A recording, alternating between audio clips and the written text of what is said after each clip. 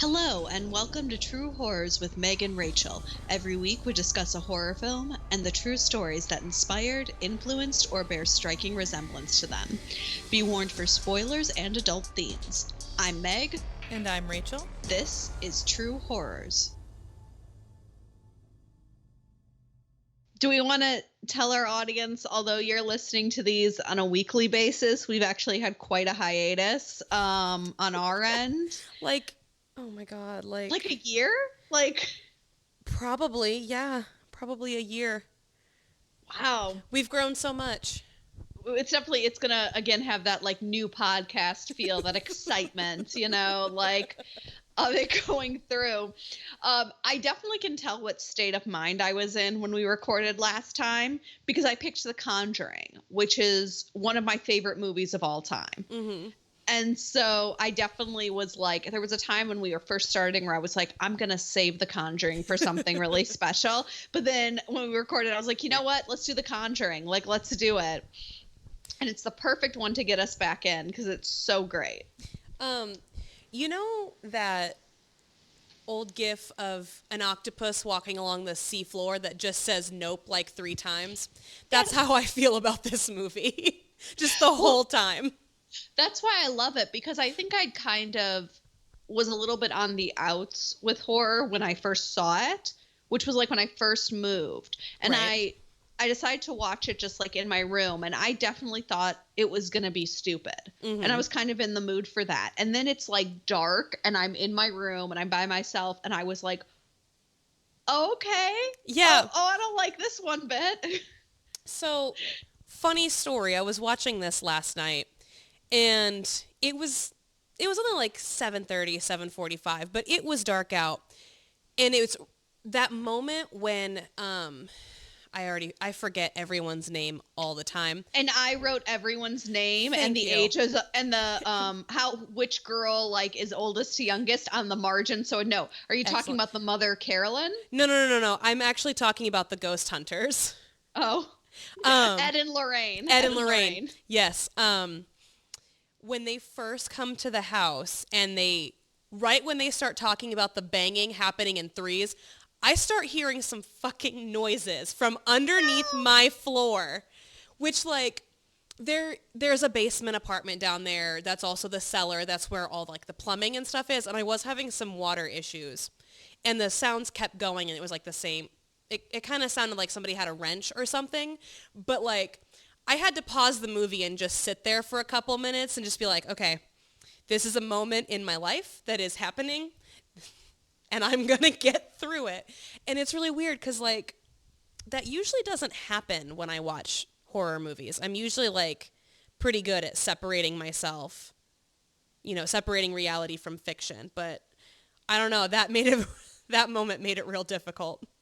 Well, when I watched it for the first time, I was in bed, and I just remember slowly pulling my legs up to me, oh my God. But the only time anything like that's ever happened to me is when I was watching Heredity, which I really was not that scared by, and I was like, this is interesting, but I'm really not that as scared as people had. And then, my broom and dustpan fell. Oh God. And I was like, oh God, I've angered the movie. But yes, I wrote everyone's names in the margin. Great. And I love this movie so much. I mean, let's just start at some wider themes of things I love.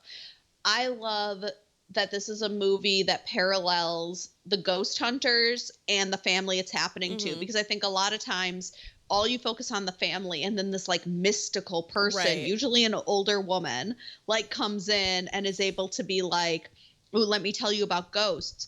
But you were watching the Warrens, right, and you were seeing them as normal people, who I love the Warrens in this whole series. I love how chill they are. I love how non-preachy they are. They're kind of are the kids baptized? And they're like, no. And it's okay, we're probably going to piss off the ghosts because we're here, just FYI. But they make a point to have them go to a house where it's not haunted. Yes. And have them explain it, and then have Lorraine be like, it rarely is. Peace. And I was like, that I really enjoyed because it was sort of this idea they're there, they're helpful, but they don't want these things to be there. Right. And so I love that parallel of like, you were sitting there going like, when are they going to get to the Warrens? They have to get to the Warrens, as opposed to it seeming like a plot point. It was like two stories intertwining. Yes. So I love that overall thing. I also really love how I love their relationship just all around.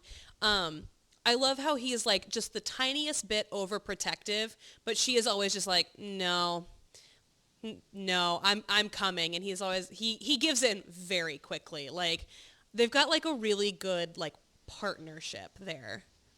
Yes, and it's really nice to, there's always those relationships they'll show in kind of supernatural things where one's a real believer and one's not. And I'm like, how is that a relationship? Because you fundamentally, whereas their relationship, which I'm sure one day we'll do The Conjuring too, is that they both believed these things and found each other. And that's why they say God brought us together, and that they believe that, which I love how she just like says it when he tries to be overprotective. She's like, God brought us together. Bye. Like, I mean, are you going to argue with God? Like, this is what he brought us together for. It's like when they're going to order pizza, she's like, God brought us together. We're getting my toppings. But I definitely enjoyed them. And I like how he was protective, but he wasn't like overbearing to the point where I was like, can you just let her hear the ghosts? It was like you understood where he was coming from, which was that like they're fighting evil spirits that might want his wife. And so he's like, maybe we should slow down. And she's like, maybe you should slow down. Like, but no, I really enjoyed their dynamic. I mean, I also I feel like Hollywood has like poisoned the straight married relationship to a point where like anytime I see a couple where it seems like they genuinely love and respect and appreciate each other, I'm like, oh wow, isn't that nice to see? I know though, like for real. Like both the couples are just like, oh my God, they actually like each other? they're happily married. Like, I mean, it's hard. They've got 5 kids, but like they're doing it. Yeah, that's sweet. Can we talk about the 70s? Yes. That was a big thing that I was thinking about the whole time I was watching it. You know I love that sweet mid-century to 70s aesthetic. Yes. The music, when the music started playing, I was like, ooh, yeah, they're doing it. They're going for it. I love that song so much, just for the record. But there are a few other songs that I think encapsulate the 70s more. Like when it plays, it's like, that's the 70s. Like I was just talking to somebody how there are some songs that are very timeless, and there are some songs that are basically like time capsules. Yes. Like you hear it and it's so of its time. Glenn Miller. Everything Glenn Miller ever wrote. That is how you tell anyone that your movie takes place in the 40s. You just throw on some Glenn Miller. Okay, we've been going back and forth, but I want to go back to the beginning. Okay. Could that doll be any more sinister? Oh my God, and who made that doll? And they were just like, this doll clearly wants to be our friend. I was like, honey, that doll is so, because like the real Annabelle is just a Raggedy Ann doll. So like, and in some ways that's scarier, but in other ways it's just like, Raggedy Ann dolls are pretty terrifying. I'm not gonna lie. Well, it's also that like it's like a one in every home kind of feel. But that doll, who would have made that doll if it wasn't for nefarious purposes? It's so sinister. Also, their reaction when the girls are like, so we told the doll it could come hang out. And they're both like, oh my God. Just like praying for the Lord to give them strength in that moment. Not because of the demon, but because they're like, what the actual fuck? I, though, was very proud of them because in the beginning, when they noticed the doll moving around, I was proud of them for just assuming it was home invasion. Because I'm telling you, the first time I noticed a doll move in my house, I would be going for the sage. Like, I'd go out and get a special blend of anti-demon sage. And then if that didn't work, I would just leave the country. I mean, that doll, Another thing I love overarching about this movie is how sometimes it's like what it doesn't show, but you know is there. Right. And so like when the girls open the door and the doll isn't there, just the note, but then they open the other door and scream, you know what's there. Right. Like you don't need to be. The director trusts the audience in a way that they sometimes don't in horror. And I really appreciate that. Also, every dog always knows. Yes, and I'm so sick of people not listening to their dogs. Although I was thinking about it when I was watching it. If I moved to a new house and my dog was reluctant to walk in, I would just assume she's afraid of the floor because my dog is afraid of hardwood floors. So I don't know where my first sign is going to come from if I move into a new place with a ghost or a demon. No. And I love, and just for the record, Roger and Carolyn are the parents. The girls are in oldest to youngest. Andrea, Nancy, Christine, Cindy, April. I don't expect you to remember, but just that's how the names go. And then Ed and Lorraine's daughter is Judy. But I love the lighting change when April finds the toy. Also, that toy is so creepy. So clearly haunted. Why did they let her keep that? So haunted. Like, even if it wasn't haunted, there's something very weird about finding a toy like that just sitting out there. Like, it wasn't like water damaged or whatever. And they say they got the house from the bank. So how long has someone not lived there? Like, there's just something very, very weird about that. I keep saying sinister, but that's what this whole movie is. It's just like, and there's a lot of lighting changes they do and a lot of wide shots, which as an audience, you're like, what is it? What is it? What is it? And like, I think that's a really good tactic. On that note, they also make such great use of silence. Like, a lot of horror movies overdo it with the ominous music. Like, the original Halloween is a really good example of that. Like, I love that movie, but they play the tension music and then nothing ever happens. But there's something so off-putting about silence. Like, when you know, like, something is about to happen and there's just nothing. Like, you're used to music being there and it being gone. Like, I noticed it every single time. Yes, and one thing I feel like is in a lot of horrors, that's your signal that you're about to get jump scared. But there really aren't a lot of what I'd consider to be traditional jump scares in this movie. It's more that, like, you know something's there, they know something's there, but you don't see it. And I also love, these people aren't stupid. Right. Like, the things that are happening, like, in a lot of horror movies, they give you almost a sense of grandeur in the sense that it's like, if that was me, I would know. I wouldn't be like, here's this haunted book that fell off the shelf and I'm going to read out of it. Like, out loud in Latin. Yeah. But I was just like, finish my punchlines. I love it. But in this, everything that starts going wrong in the beginning, why would you immediately jump to your house has a demon? Like, all the things seem very like, although I will say, if there's ever a boarded up cellar or basement or attic, that's a huge red flag. Okay. I wanted us to play this game called Finding a Boarded Up Cellar, Nightmare or Dream Come True. I've got some pros and cons. Ooh. Should we do the pros or the cons first? Let's do pros. Pros. There's hopefully, and this was the case for them, going to be a lot of junk in it. And, I mean, you know my passion for other people's garbage. The other one is there's a lot of intrigue, which means now you've got to do some research about your house. Like, and you also know my passion for research. I only have 2 of each. It's not that intense. So let's move to the cons. It's probably haunted. Yeah. It's almost always haunted. Yeah. And if it's not haunted, it's a space where someone could live without your knowledge. Maybe someone is already living there. So, like, I have not come down on one side or the other because you know how much I don't want to live in a place where someone is living without my knowledge. Rachel's really controversial with that. That's I know. one of her things. One of her weird things. We talked about it with the boy. It's my biggest, most irrational fear.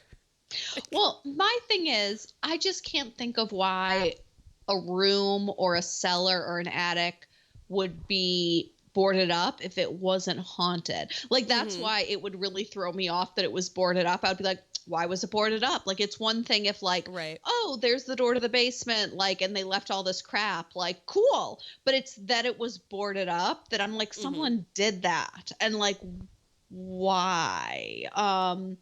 But I love that they seem like a real family. The siblings seem like real family. I think when a horror movie is scariest is when it feels very real life.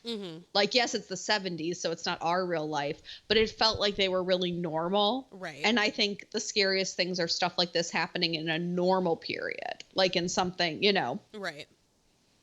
Trying to see what else. Oh, I had a game I wanted to play too. Oh, sweet. At what point in this movie would you have noped out? Okay, hold on. Because there's that really, like, insane scene where, like, the first night where, like, they know for sure that something is wrong. But, like, I have a list here of all of these signs. And the one for me, like, the worst scene for me was that, like, that scene where the mom and the youngest are playing hide and clap. That was, but the thing is, it's really difficult to say that's the moment I would have noped out because she has a blindfold on and she doesn't see the hands that we see. Like, she just hears the sounds. And, like, I'm really bad at telling where sounds come from to begin with. So that's a game I should never play. But I would have just been able to convince myself that no, because she's in the room. I don't know. I think it's really easy psychologically to say there must be a rational explanation for this because, and we talk about this a lot as far as where we fall, neither of us are the person in the horror movie is going to be like, there's no such thing as ghosts.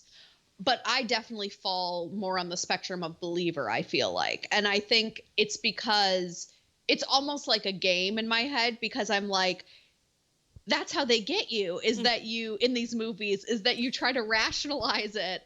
But like that is terrifying because she went to that wardrobe because she heard something. But then she tells herself there's no way she could have heard you see it in her mind.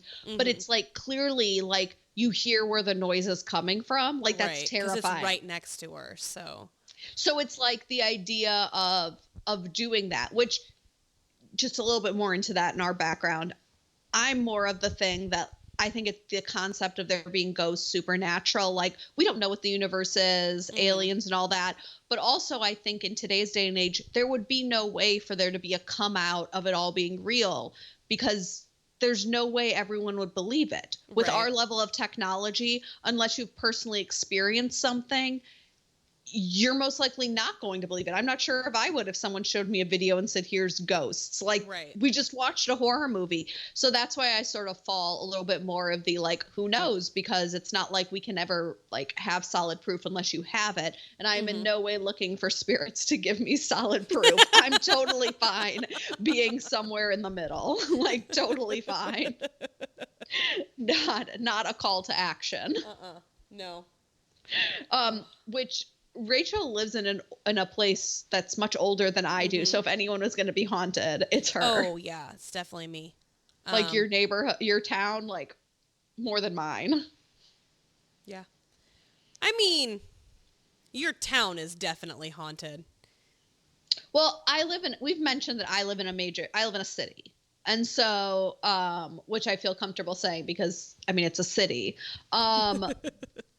But as many people have done things on, like, there aren't a lot of horror movies that take place in the middle of a city. I mean, like, murder type horror movies, maybe. But as far as supernatural horror, those usually take place out in the middle of nowhere in places like that, you know, as opposed to when we have a horror movie that's more of like the serial killer horror movie, like, oh, yes, that's definitely more. But supernatural, there's a lot of psychology into why it doesn't really work. In a city. I mean, I've always felt like when I was a child, I was more afraid in my childhood home being alone. And I lived in the suburbs. Whereas like I'm never really afraid because I'm just like, I feel like I'm surrounded by people, even in my apartment. So it's like, as opposed to being in the middle of nowhere. I mean, that's part of the whole city thing, but who knows? I think it's also hard to say when would you nope because it seems to be very spread out. Like, I think the foot thing, but Christine's a little girl. Right. But I think the foot thing, and then she actually sees something, which, again, I love that we don't see it, but we know she's seeing something. She is crying. She is so distressed. And obviously that's as an adult when I would nope out, but she's the only one who saw it, and she's a kid. And so, like... Well, and it was in the middle of the night. It would be so easy to be like, you were probably dreaming. Like, because it is a documented phenomenon that you can wake up but still be asleep, and you will see things. Like, you will see demons around you a lot of the time when that happens to you. The thing that would kind of push me over is she's sitting up, so she's clearly not suffering from sleep paralysis. Because usually you will still be lying down. But also, it was 1971, so I don't know how widespread that knowledge was. They didn't have the internet to just learn all kinds of random facts. I can't believe she looked under the bed. Can I just say that if I experienced something like that, I would either... Like, her door was open, so I would have either ran, like, been like, okay, 1, 2, 3, run, or I just would have screamed. Yeah. And probably knowing me as a child, it would have been the running. Like, I just would have been like, and go, and then just, like, run. I never would have looked under the bed. I was like, girl. No, that was awful. Also, that scene was shot so well. It was so disorienting with the, like, upside down and the flip it. Like, that was so good. Because it tricks you into wondering if you're seeing something. Yes. I also grew up with in a house that had pictures lining the stairs. So I've always felt very seen by that. Like, that was definitely how I grew up. And when they all come flying down, I'm like, rude. Do you know how hard those are to hang? Like, he's clearly just running down the stairs, knocking them over, like, like, that's so rude. I love that you have the whole thing of them entering the house and they're like, oh, who are these kids? And do. And then they go back and they're like, the second we entered, we knew something was wrong. I love them so much. And they were just so chill about it and not like freaking them out. And the only time they really made like serious eye contact was when they were like, oh yeah, well, we like smell rotting flesh and there's like 3 beeps or whatever. And they were like, oh, okay. Yikes. And then when her voice didn't record and then it just turned on. Oh my God. At 3:07. Oh my God. You have to wonder if you're the Warrens, if every so often you're just like, shut up to like a ghost or a demon. Like, you're like something like that, you kind of get used to anything. You can get used to any job. I wonder if there just becomes kind of a point where you're just like, can you not right now? Like, I'm not impressed. I guess not, because they do make a point of kind of saying that it's usually ghosts. Right. Even though the stories we're hearing from them are demons, they do make a point of kind of saying it's usually not. Right. Yeah, I can imagine getting annoyed by ghosts, but like, I don't know. If you get annoyed by a demon, maybe you should keep it to yourself. I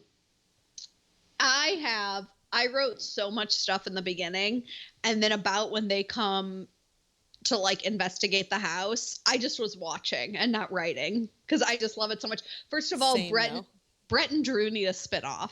Yes. Oh my God, they were my fave. Oh my God, I love them so much. They need a spinoff. Mm-hmm. I'm wondering if they're gonna. I haven't seen Annabelle Comes Home because the other movies take place in the past, but there is going to be a third Conjuring, and so I'm like, bring back Drew and Brett because I love them. I also love that van. Oh my God, that's my dream car, right? Yeah. They don't make them anymore. Well, actually, no. I think they started making them again recently, but I would want an original one, obviously. One thing I do want to say, I hope my death is 1/2 as dramatic as that witch's death was. I'm not saying I'm going to climb up onto a tree, proclaim my love for Satan, and then jump down and hang myself. I don't want to do something that sinister. But I hope it's at least half as dramatic as that. What a way to go. You're leaving out the part where she cursed anyone who would be on her land. See, there were just so many things. How could I remember them all? Yeah. Best. I'm also like, how did she climb it? Were there other branches at some point? Like, or was it Satan? Did he help her? Probably Satan. She loves him, so probably because he does things like help her climb trees. I mean, it's a great skill. Can we talk about how the Warrens just live with this museum of horrors? Yes. I love and their that. daughter wants to see it, but isn't allowed. Like, oh my God. And everything in here, and it's like, can you imagine living somewhere where the room has to be blessed once a month? Yes.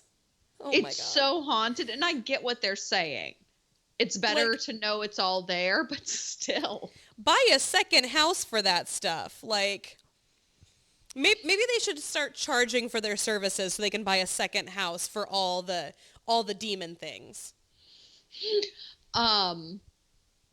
Yeah, but I think that, this movie just, like, it's so good, and then it just takes off so much, like, that's why, like, I wasn't really writing things down, because I was just, like, so captivated by that end, by how everything, was going with them, and so creepy when the demon tries to get Judy. Oh my God, the worst. Oh my God. I hate it so much. You have to wonder what it's like growing up in that house. Because, yes, do I have to wonder about it? There's a room of haunted stuff, but also, like, your parents are very, like, loving and very supportive, and it seems like she doesn't seem scared. Like, right. And so that's all very interesting. Also, I'm sorry, but that priest, when he was like, it's complicated because the kids aren't Catholic, I really want to be like, do you want me to show you that tape again? Are you kidding me? Are we really going to quibble? Like, Meg, you don't get to be a religion that has its own country with all the most valuable artifacts from Judeo-Christian religions by just blessing everyone who comes to your door. This is totally off topic, but Ed dresses really well. He does. Also, those sideburns. So 1971. Everything about it. Like, everyone dressed, but, like, even, like, to ghost hunt. He's like, better put on my best suit for the ghosts. But yeah. Dress for the job you want, not the job you have. Well, and I also love all of their, like, 1970s ghost technology. That was cool. Yeah, and my final thing that I wrote down was I love that the end isn't a jump scare. It's once again them making you think about, like, am I seeing something? Am I seeing something? Which I loved. And I just love, like, I know that The Conjuring has moved on to be a series now of different movies, which I love, and it's excellent, as far as a series. But I love how in this first movie, Annabelle is just there like a really odd Chekhov's gun, in the sense that, like, here's this super haunted doll we're going to tell you about, and it's just, like, exists. And now, like, again, if you've seen the others, we know the backstory of the doll and stuff like that. But I just think it's really, for that movie just itself, it's like they keep having it, but, like, nothing really happens. Like, the demon rocks the doll, but the actual demon in that doll doesn't really do anything. Right. Nope. Don't like it. My final thought is that it's too bad that it takes place in 1971 when therapy is basically garbage, because everyone in this movie is going to need so much of it. So much. And I definitely thought that about the two girls who their mother literally tried to murder them. Yes. Oh my God. What a nightmare. What a nightmare. Okay. We're going to say 10 is you die and 1 is you live. Okay. I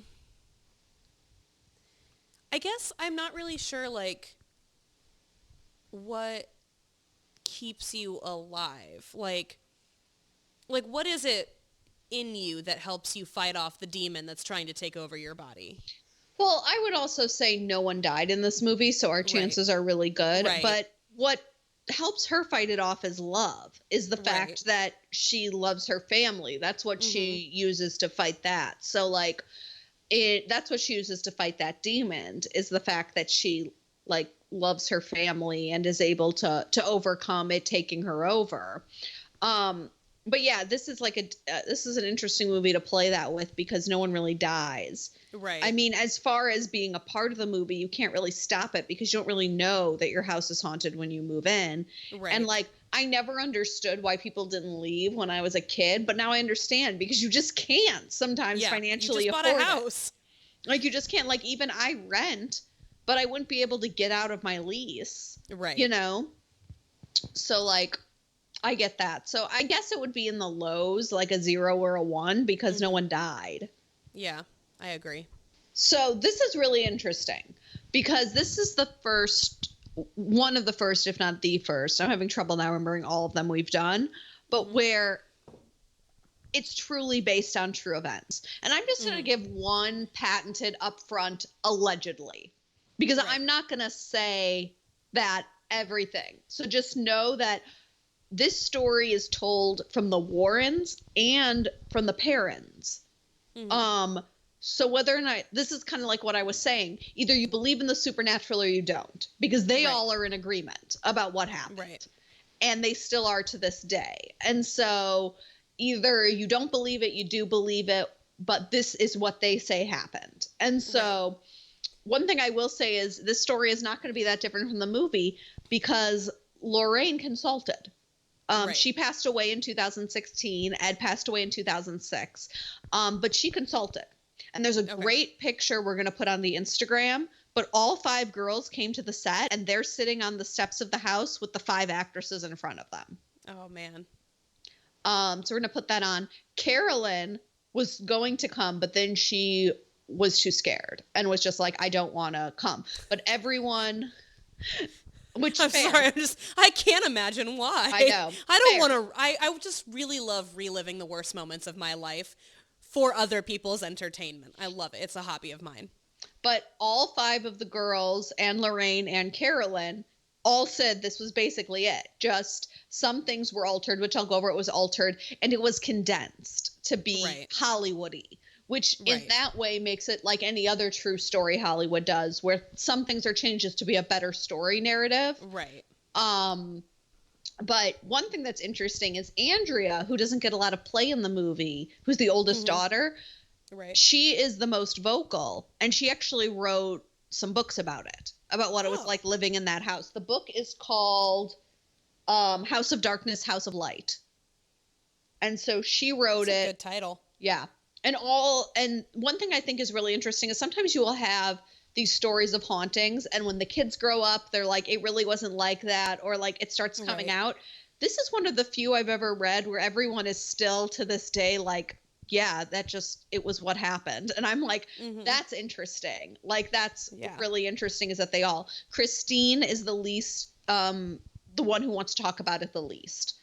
Like, the others have all been varying degrees. They all agree that this movie captured it.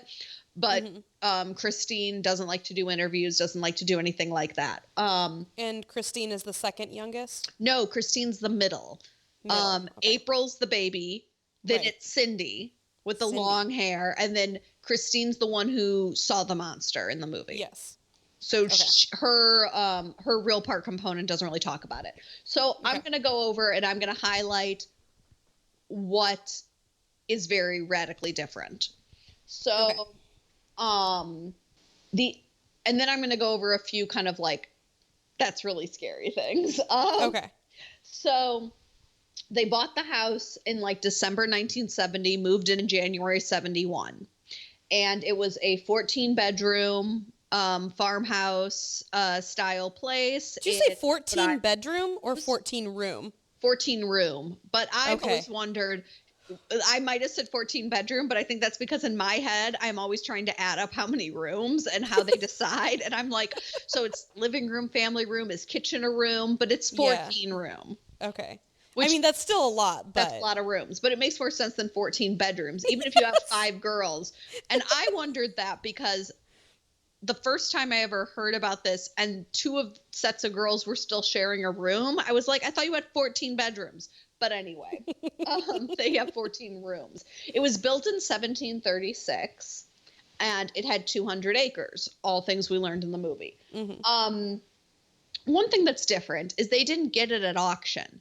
They did buy it from someone, but Rhode Island had no laws at the time. Right. I don't know if that's changed about disclosing murders or disclosing supernatural. But they did say that after they sold it, the realtor told them to, and I quote, leave the lights on at night. Okay. They didn't say that until after they made the sale? It's too bad they didn't have Yelp back then because, oh my God, they should leave that realtor the worst review ever. What would you say? Like, and there were some accounts that it was either the realtor or the previous tenant, but somebody told them that. Like, that was the only thing they ever got of being like, that's a weird thing to say. Like, why would you say that to us? I don't know, but honestly, if that happened in a movie, it would be one of those, that's like the opening scene of a movie. I swear to God. Like, oh my God. Anyway, continue. From day one, they said there was stuff. That furniture would move, toys would move, things weren't in the same place. There was creaking, there was door slamming. They could hear whispers. Andrea said that when they moved into the house, like all the girls were really close and they didn't really have any problems, but they started to have a lot of animosity because they were all convinced the other ones were moving their stuff. And so it caused this weird level of tension because they were all like, this must be you, until the door slamming and the whispering started. Okay. Then they kind of knew what was going on. Andrea said that her sisters would come crying to her room, Cindy in particular, because there was a voice that was telling her there were dead bodies in the walls. Oh my God. No, that's the second to last thing I want to be in my walls. The first being a living body. Yeah, I knew. I just want to make that clear. And so Cindy was 8, which I feel like Cindy seemed about 8. Yeah, like 7 or 8. Like I felt like those ages were right. So they had many different spirits in the house, which I think they kind of alluded to in the movie. And some were completely neutral.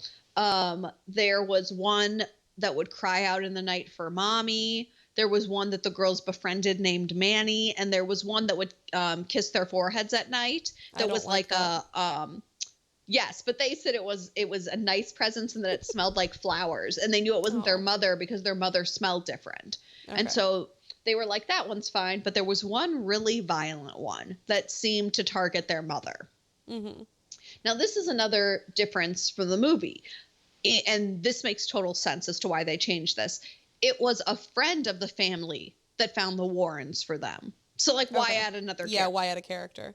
So the Warrens came, and just like in the movie, they did the research on the house. And that's when they figured out all this shit. And they were like, we think we might know what's going on here. So here are some of the things that happened in this house. Now, there's 2 ways to look at this. One is thinking this house existed for 200 years before they moved in. Mm-hmm. But like, I don't really know how much of this stuff needs to happen in one house and one plot of land and how much time it needs to be spread out to be really creepy. It's too much for me. But there were 2 suicides by hanging and 1 by poison. There was 11-year-old girl who was raped and murdered. Oh, God. I will asterisk that by saying that although she lived in the house, there are some records that indicate that this happened to her outside of the property, but I'm still like, that's still not great. Yeah. That doesn't make me feel better. No. 2 drownings, 4 men who froze to death, and multiple other related over the 200 years of just people dying in violent or odd ways. Is this the whole 200 acres or the house? This is when the property was owned by a single person. So it ended up being divided, but this was when it was all one. Okay. And then it was, some of the things I read made it seem like, even though in the movie they say that since that time the house had been divided, but that actually at the time of the movie, in real life, the Perrons owned like 100 acres of it. Okay. That they owned quite a bit of it, because then they eventually had to sell it off, because they actually lived in that house for a decade. Okay. And so, also all of the stuff about Bathsheba, which I always look at that and think that can't be how that's pronounced, but it is. She was real. Oh And it's extremely difficult to say how much of what is said about her is real because of the records kept at the time. Right. We know she got married in 1844, and we know she lived in that house. And we know she, because of census records, she had 4 children and 3 died. Now, for the time, that's not crazy. Right. Except there was one infant that when they were examined had a head injury that the doctors believed looked like a sewing needle was put through the back of their head. Oh my God. And that's the child that, when they talk about it being sacrificed, that's the child. Okay. She was not convicted. There was not enough evidence to say she was the one who did it. Right. But rumors swirled around the town that the reason she did it, that she did do it, and the reason she did was witchcraft. Right. I read one incredible article that was like, well, she was accused, like everyone thought she was like into Satan and was a witch, but I mean, I guess we'll never know. And I was just like, I mean, yeah, like, I guess we won't. But it was such a, I mean, yeah, I mean, that's fair. Yep. We won't. Like, so again, all that stuff you can take with a grain of salt of the time. Right. They went with that. But then Carolyn, it said, went to like a town historian who said she was also known for being a very strict and violent mistress, that she would beat and starve the staff that worked for her. Yikes. So that might be where a lot of the rumors came from of her basically being evil. Right. She did not hang herself. She died of old age. Oh, that's so boring and pedestrian. Which is probably why they changed it. Yeah, I mean, again, I think that's the best movie death I've ever heard about. The locals said that she turned to stone upon her death. Again, there's no proof that that's real. I don't know why. I think it was sort of like a Wicked Witch thing. Like she was so evil, she turned to stone. But the belief was that she was targeting Carolyn because she saw herself as mistress of the house. So they kind of turned that a little bit in the movie to be that, like, she's trying to get Carolyn to kill her kids. But in real life, it was that it seemed like she wanted Carolyn to die in order to become the mistress of the house and to stay the mistress of the house, is what they all believed. Okay. The biggest difference in the whole thing is how this all ended. Ed never performed an exorcism. Lorraine said that's the one thing she will stipulate. He never in his life performed an exorcism. He couldn't. He wasn't a priest. Right. They did a seance, which Andrea snuck down and watched, even though she wasn't supposed to. And she said it was the most terrifying moment of her life, that her mother became possessed and the chair she was on flew against a wall. So her mother flew against a wall in this chair. Oh, and that after that, Roger threw the Warrens out and wouldn't let them come back. Oh. Because he said they were making it worse. Okay. So what ended up happening after that night, the spirit, they said, no longer possessed the mother. So the Warrens did help with that. But all the other spirits were still there. And they lived in that house until 1980. And so there was kind of a funny part where it was basically saying that every time one of the girls graduated, they were like, peace out, never coming back. And one of the daughters, I think one of the younger ones, like apparently was like, the last night was like, do whatever you want because I'm never coming back. Like, screw all of you, like to the ghosts. Like, but they couldn't get out of it. Like, they sold some of the land to try to get money, but no one was buying it in the 70s. Right. No one had the money to buy that kind of house. Right. And so they were stuck there till the 80s. But I just really like the idea that the Warrens cleared out the more violent ghost, and then they just had to live there with like these ghosts and just be like, God, I hate it here. Like all these ghosts. There was also some talk that the family believed that some of the spirits followed them. What the Warrens also allude to in the movie is that they're the ones who are haunted. So something weird on that is while all of the kids, they're grown women now, were on set, Carolyn fell and broke her hip. Wow. And they all felt like it was spirits, that they were mad that they were doing this because it's exposing, like, they very much all come from the idea, including the Warrens, that talking about these things angers the demons because if more people know about them, they know how to fight them, that like they don't want people to know. And keep it in the shadows. So either way, Carolyn fell while they were on set, and that's still creepy. So this is where we get to the house, which still stands today. Man. And this might be my favorite part. So the person who bought it from them in the 1980s, he wanted to like restore it and flip it. He left in the middle of the night and left all of his stuff and then sold it again. So, but the person who owned the house when this movie came out was so pissed. They wanted to sue, and mostly the wife is the one who's in a lot of the articles, wanted to sue. And she did this whole thing where like she researched like the records of like Bathsheba and is like, none of this is like, there's no proof to any of this. And I was like, no, but they kind of like the records are from that time. Like, no, there isn't a lot of proof, but you don't really have any way to disprove what they're saying. And like, there's some articles I read where she was like, I've lived here and it hasn't been haunted. But then she says something really interesting in this interview, which is the interviewer was like, so you haven't experienced any of the things they're talking about, things moving, creaking. And her response was, she was a person of logic and she always looks for a scientific explanation. And I'm like, that's not no, bitch. Like that, I'm sorry you live at Haunted Lane and you're mad about it, but everything made it seem like she was super invested in proving that her house wasn't haunted. And I'm not super sure why. I mean, I know she was mad that people were trespassing, but that's with any house that becomes, famous in some way. But she was very invested in proving it wasn't haunted. And at one point she said that at some point between the guy who ran away and her getting the house, a minister and his wife lived in the house, and they said they didn't experience anything. And Lorraine was like, because it was a minister. Like, he was blessing the house. Which, again, I also thought was so funny. But they sold the house in 2019, and the residents who live there now are like, yeah, it's haunted. Like, whatever.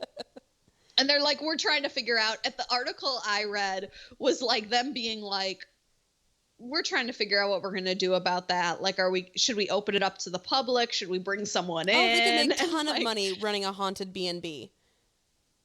Yes. I was like, yeah, bring people in. I mean, do it. But I just thought it was so funny that she was real mad about it. I'm sure she still is that like this house became popular and she was like, it's not haunted. And I was like, why? It doesn't really matter. Like, there are so many haunted places and shows where people go there and the people who live there are like, it's not haunted, like whatever. But she seemed real mad about it. And I was like, why? For the record, I got all these things. We'll post the articles, but I got an article from History versus Hollywood, one of our favorites, Screen Rant, The 13th Floor, and an article in Cosmopolitan about this. They do some really good journalism sometimes. They do is the thing. And like some of their stuff is so interesting that ends up on their website, not always in their magazine. It's just those sex columns bring in the money. I don't know, but I just loved how much of this was so about it. Like I keep saying kids, but the children, the Perron children, they said it was even scarier. That everything, that the movie was scary, but living it was even scarier. And there was stuff that but I think honestly, my takeaway from this, again, whatever you believe, I think there's a lot of really fascinating things. And I know the Warrens are really controversial characters, which is why I really didn't focus on them as much. I will say that room in the house thing, that's real. Like they did that. Oh God. So, you know, there are a lot of different stories. I mean, they're very famous. They consulted on a lot of different things. And so there's a lot of, like, any public figure like that, there's a lot of controversial cases in their past. But with this one, I just think it's how many years later, and everyone from the kids to the adults is just like singing the same song. So either way, that makes it just a little bit creepier. Yes. I don't like it. I would definitely stay at that haunted B&B though. It's just the regular ghosts now, right? I mean, yes. I mean, no one said anything else about like violence. Okay, then sure. And like, yeah. I mean, I don't really love the idea, like, even the ones that weren't violent sometimes were saying weird things. Like, I don't love the idea of a kid ghost yelling mama in the middle of the night. Like that. I forgot about that one. I don't want to be kissed by a strange ghost. I don't want to be kissed on the forehead. I don't think I'm going to stay at this B&B. We'll stay at a different haunted B&B maybe. But yeah, I mean, usually, I mean, now we do, that was a bummer, but I don't really feel like this was a super bummer. It was creepy, but... I'm sure that we will do more of the Conjuring. So we'll probably, more of the Conjuring series, you know, over our series. So we'll have those, you know, more of their controversial cases. The third Conjuring hasn't come out yet, but it's going to be about, I think, the first case where in the United States where somebody used demonic possession as a defense. Oh, interesting. Which I was like, ooh. That'll be fun. So yeah. Again, this wasn't a bummer, but something that's also equally not a bummer. I'm trying to think. I don't remember what other things I've done. So I feel like I'm going to say something. I don't know if I said it before, but something that's not a bummer is my salt and pepper shakers. Oh. They're a gingerbread man and woman, and I love them. I love cute salt and pepper shakers. They are not a bummer. They do spill salt. Yeah, the salt one does not hold its salt well, but I don't care. You know what else is not a bummer is my super cute Frankenstein's monster, like squishy pillow thing, like, you know, those super soft squishy stuffed animal pillow things. Around Halloween, I got one that was Frankenstein's monster, and it is not a bummer except when my dog tries to take it and chew on it. Huxley. Okay, so next week it's Rachel's pick, and we're going to be doing The Blob. The 1958 one. Real excited to do one of the oldest, the classics. So thank you for listening. I'm back on brand. Definitely. Thank you for listening, and we will see you next week. Goodbye. Goodbye.